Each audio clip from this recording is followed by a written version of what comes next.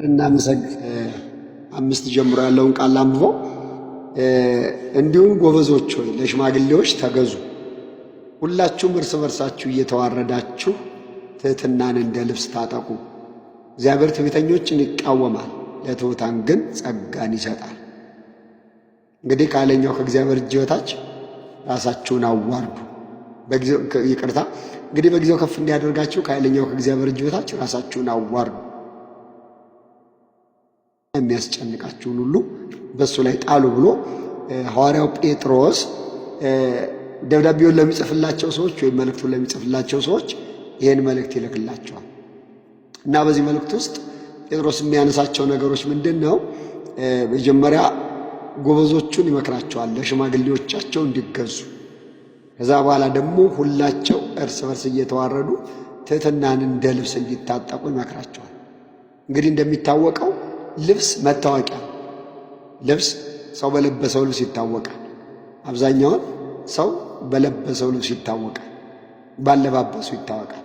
እና እነዚህ ሰዎች ደግሞ በትሕትናቸው እንዲታወቁ ይሄ ትሕትናን እንዲታጠቁት፣ ትሕትናን እንደ ልብስ ታጠቁ ይላቸዋል።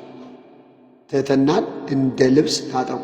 ምናልባት እነዚህ ሰዎች ጎበዞች ስለሆኑ ወጣቶች ስለሆኑ ሊሆን ይችላል፣ ወይም ጎልማሶች ስለሆኑ ሊሆን ይችላል። ከሽማግሌዎች ጋር የነበራቸው ግንኙነት ጤናማ አይመስልም። አንገዛም የማለት እይታ የነበራቸው ይመስላል። እና ምን ይላቸዋል? ተገዙ ይላቸውና እርስ በርሳችሁ ደግሞ አንዳችሁ ከሌላችሁ ጋር በሚኖራችሁ ግንኙነት አንዱ ሌላው ትሑት መሆን አለበት። አንዱ ለሌላው ትሑታን እንድትሆኑ እመክራችኋለሁ ይላቸዋል ጴጥሮስ ማለት ነው። እና ትሕትና ትኩረት አድርጎ እንደ ልብስ እንዲታጠቁትና ትዕቢት የሚያመጣውን አደጋ ይነግራቸዋል። እንግዲህ የትሕትና ተቃራኒ ትዕቢት ነው። እና ትዕቢተኞች እግዚአብሔር እንደሚቃወማቸው ይነግራቸዋል።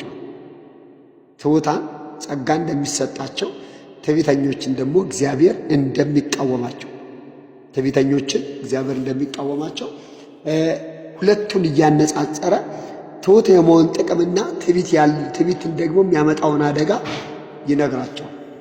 እና እዚህ ጋር ሲነግራቸው ምንድን ነው?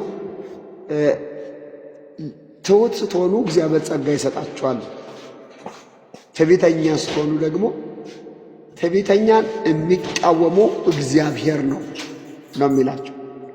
እግዚአብሔር ትዕቢተኞችን ይቃወማል። እግዚአብሔር ትዕቢተኞችን ይቃወማል። እንግዲህ ሕዝቅኤል ምዕራፍ 28 ወይም ደግሞ ትንቢተ ኢሳይያስ ምዕራፍ 12 ስናጠና የንጋት ኮከብ የተባለ የአጥቢያ ኮከብ የተባለው ዲያብሎስ የተጣለው በትዕቢቱ ነው። በልዑል እመሰላለሁ ዙፋኔን ከከዋክብት በላይ አደርጋለሁ ብሎ ሲታበይ በትዕቢት ምክንያት ጥበብን አረከስክ ይላል ሕዝቅኤል ሲጽፍ። እና እግዚአብሔር ተቃወመና ምን አለው? ወደ ሲኦል ወደ ጉድጓዱ ጥልቅ ትወርዳለህ። ትዕቢት በጣም አደገኛ ነው። ትዕቢት አደገኛ ነው። እና በጣም ላማኞች ለኛ ሁል ጊዜ ሕይወታችን የድል እንዲሆን የሚያስፈልገን ነገር ምንድነው ከተባለ ትሕትና። ትሕትና ለእግዚአብሔር ፈቃድ መገዛት፣ ትሕትና እግዚአብሔር በሚፈልገው መንገድ መጓዝ፣ ሁለንተና ለእግዚአብሔር መስጠት ነው። ትዕቢት ደግሞ እኔ የሚል ድምፅ ከተሰማ እኔነት እሱ ትዕቢት ነው። እኔ ብሎ እስከ ዛሬ ያልመሸበት እግዚአብሔር ብቻ ነው። እኔ ያሉ ሁሉ ተዋርደዋል። እኔ ያሉ ሁሉ ወድመዋል። እኔ ያሉ ሁሉ መታሰብ ያልባ ሆነዋል። እኔ ብሎ እስካሁን ያልመሸበት በዙፋኑ የቀጠለ እግዚአብሔር ብቻ ነው። ስለዚህ ትዕቢት አደገኛ ነው። መጽሐፍ ቅዱሳችን ግን የተለያየ ቦታ ማየት እንችላለን። ከሰው አንጻር ማየት እንችላለን። ከዚህ ከተጣለው መልአክ አንጻር፣ ከሉሲፈር አንጻር ወይም ደግሞ ያጠፋው ኮከብ ተብሎ ከተጠራው አንጻርም ትዕቢት ማየት ትችላላችሁ። ትዕቢት በጣም አደገኛ ነው። ስለዚህ መጽሐፍ ቅዱስ በጣም የሚያበረታታው መታበይን ሳይሆን በጣም የሚያበረታታው ምን ነው? ትሕትና ነው።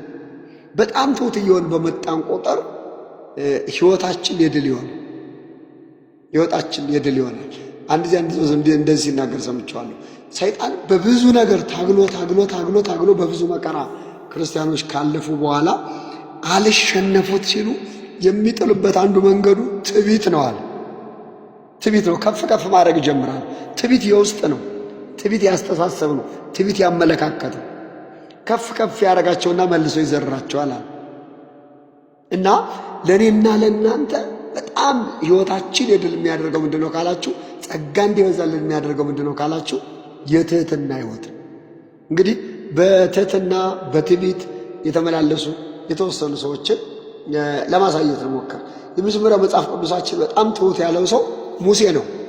በጣም ትሁት ያለው ሰው ዘኍልቍ ምዕራፍ 12 ቁጥር 3 ሙሴ በምድር ካሉ ሰዎች ሁሉ ይልቅ እጅግ ትሁት ሰው ነበረ ይላል። የሚገርም ነው። በምድር ካሉ ሙሴ በምድር ካሉ ሰዎች በምድር አስቡት እንግዲህ በምድር ከነበሩ በሙሴ ዘመን ከነበሩ ሰዎች ሁሉ ይልቅ ትሁት ብሎ መጽሐፉ የመዘገበለት ማንን ነው? ሙሴን ነው። የሙሴ ትሕትና እንዴት ነው ስትሉ እግዚአብሔር የተለየ ታምራት ከሱ በፊት በማንም ያልተደረገ ታምራት ሕይወቱ ላይ አድርጎ ሰውየው ትሁት ነው። አስቡት፣ እጁ ላይ የተደረገውን ታምራት አስቡት። 10 ታምራትን እግዚአብሔር ወስዶ እጅ አድርጓል። ቀይ ባህርን ከፍሏል። አስደናቂ ነገር አድርጓል እግዚአብሔር በሙሴ ሕይወት። እጁ ላይ ደረቁ በትር እባብ ሆኗል። ሕይወት ያልነበረው ነገር ሕይወት እንዳለ ሆኖ ተቀይሯል። አለት ውስጥ ውሃ ሲፈልቅ አይቷል። ውሃ እንደ ግድግዳ ሲቆም አይቷል። ከሱ በፊት በሱ ሕይወት ያልተከናወኑ ነገሮች በሙሉ በሙሴ ሕይወት እግዚአብሔር አከናውኗል። ግን የሰውዬ ታሪኩ ሲጠና መጨረሻ ሲጨመቅ ምን ተብሎ ተነገረለት? በምድር ካሉ ሰዎች ሁሉ ይልቅ እጅግ ትሁት ሰው ነበረ። በጣም ትሁት ነበረ ሙሴ። መጽሐፉ ሲመሰክርለት ወይ መንፈስ ቅዱስ ሲመሰክርለት በምድር ከነበሩ በምድር ካሉ ሰዎች ይልቅ እጅግ ትሁት ነበረ ይላል። ትህትና በጣም የሙሴን ሕይወት የድል ያደረገው ምንድነው ካላችሁ፣ በጣም ትሁት ሰው ነበረ። ትሁት ሰው ነበረ። እህት ወንድሞች ሲቃወሙት፣ ማርያምና አሮን ሲቃወሙት፣ በጣም ያን ሁሉ ሲቃወሙ ሙሴ ምን አይነት ሰው ነበረ? እጅግ ትሁት ሰው ነበረ። ከዚህ የተነሳ የሙሴ ሕይወት የድል ነው። ጉዞው የድል ነው። እርምጃው የድል ነው። ሕይወቱ በድል የታጀበ ነበር የሙሴ።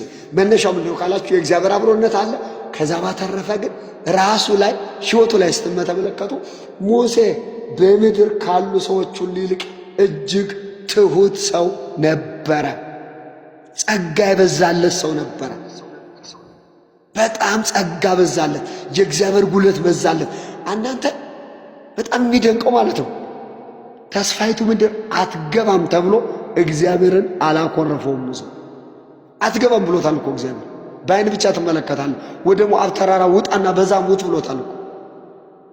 የሚገርማችሁ እግዚአብሔር እንዲህ እያለው እንኳን ለእግዚአብሔር የነበረው ነገር የሚገርም ነው። እስራኤል እንዲህ አለ፣ እኔ አልገባም፣ ለእናንተ ግን ይላቸዋል እስራኤላውያን ይሽሩ ነው በሰማያት ላይ ለረድኤት በደመናት ላይ በታላቅነት እንደሚሄድ እንደ እግዚአብሔር ያለ ማንም የለም። መኖሪያ የዘላለም አምላክ ነው። የዘላለም ክንዶቹ ካንተ በታች ናቸው ብሎ ሌላውን ሲያበረታታ የትህትናው ጥግ ማለት ነው። አላኮረፈም። አትገባም ተብሎ የእግዚአብሔር መልካምነት ያውጃል። ተስፋይቱ ምድር በዓይን ብቻ ነው የምትመለከታት፣ አትገባባትም ብሎ እግዚአብሔር በሕይወቱ ወስኖበት፣ እሱ ግን የሚያወራው ስለምንድን ነው? እንደ እግዚአብሔር ያለ ማን